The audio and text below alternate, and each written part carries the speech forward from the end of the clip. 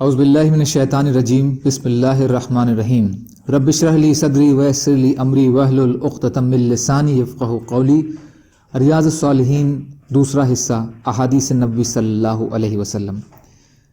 حضرت ابو ہریرہ رضی اللہ تعالی عنہ سے روایت ہے کہ رسول اللہ صلی اللہ علیہ وسلم نے فرمایا، جب نماز کے لیے اذان دی جاتی ہے تو شیطان ہوا خارج کرتا ہوا پیٹھ پھیر کر بھاگتا ہے تاکہ اذان کی آواز نہ سنے، تو جب اذان پوری ہو جاتی ہے تو واپس آ جاتا ہے، یہاں تک کہ جب تکبیر کہی جاتی ہے تو پیٹھ پھیر کر چلا جاتا ہے، پھر جب تکبیر پوری ہو جاتی ہے تو پھر آ جاتا ہے، یہاں تک کہ کہتا ہے کہ فلاں چیز یاد کر اور فلاں چیز یاد کر، وہ چیزیں جو اس سے پہلے اسے یاد نہ تھیں، یہاں تک کہ آدمی کا حال یہ ہو جاتا ہے کہ اسے پتہ ہی نہیں چلتا کہ اس نے کتنی رکعت نماز پڑھی ہے۔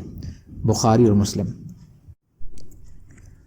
فائدہ: ادبر لہو زرات کا مطلب ہے شیطان تیزی سے بھاگتا ہے جس سے اس کے جوڑ ڈھیلے پڑ جاتے ہیں اور پیچھے سے ہوا نکلتی رہتی ہے، یا یہ جان کر گوز مارتا ہوا بھاگتا ہے۔ بہرحال اس سے معلوم ہوا کہ نماز اور اذان سے کراہت شیطان کا کام ہے۔ دوسری بات اس سے یہ معلوم ہوئی کہ نماز میں خشوع اور خضوع کا اہتمام ضروری ہے تاکہ شیطان کی خلل اندازی کو ناکام بنایا جا سکے۔ حضرت عبداللہ بن عمرو بن عاص رضی اللہ تعالیٰ عنہ بیان کرتے ہیں کہ انہوں نے رسول اللہ صلی اللہ علیہ وسلم کو فرماتے ہوئے سنا کہ جب تم اذان سنو تو اسی طرح کہو جس طرح مؤذن کہتا ہے، پھر مجھ پر درود پڑھو، اس لیے کہ جو مجھ پر ایک بار درود پڑھتا ہے اللہ تعالیٰ اس پر 10 رحمتیں نازل فرماتے ہیں۔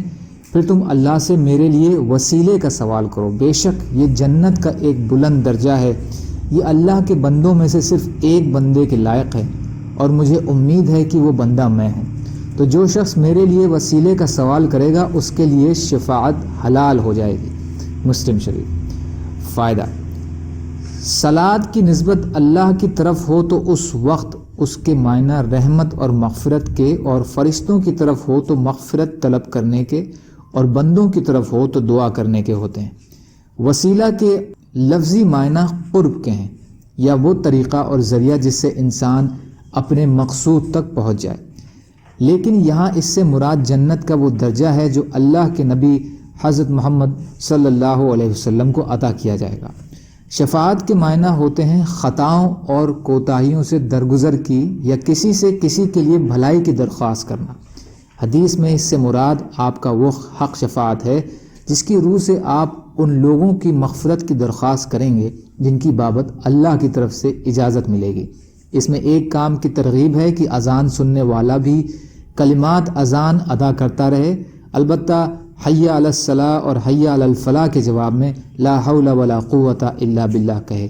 دوسرا، اس کے بعد نبی صلی اللہ علیہ وسلم پر درود پڑھے اور پھر دعائیں وسیلہ، تو ایسے شخص کے لیے شفاعت واجب ہو جائے گی بشرطے کہ اس کا خاتمہ ایمان اور توحید پر ہو۔ یہ بھی معلوم ہوا کہ کمتر درجے والے کی دعا سے فاضل یعنی بلند تر رتبہ رکھنے والے کو بھی فائدہ پہنچتا ہے۔ اللہ تعالیٰ کہنے سننے سے زیادہ عمل کی توفیق عطا فرمائے، اور مظلوم کشمیریوں، فلسطینیوں اور دیگر ممالک میں جہاں بھی مسلمان بھائی بہن پریشان حال ہیں، یا اللہ آپ ان کی مدد فرمائیے اور ہم کو بھی اپنی استطاعت کے بقدر اپنا حق ادا کرنے والا بنائیے، آمین۔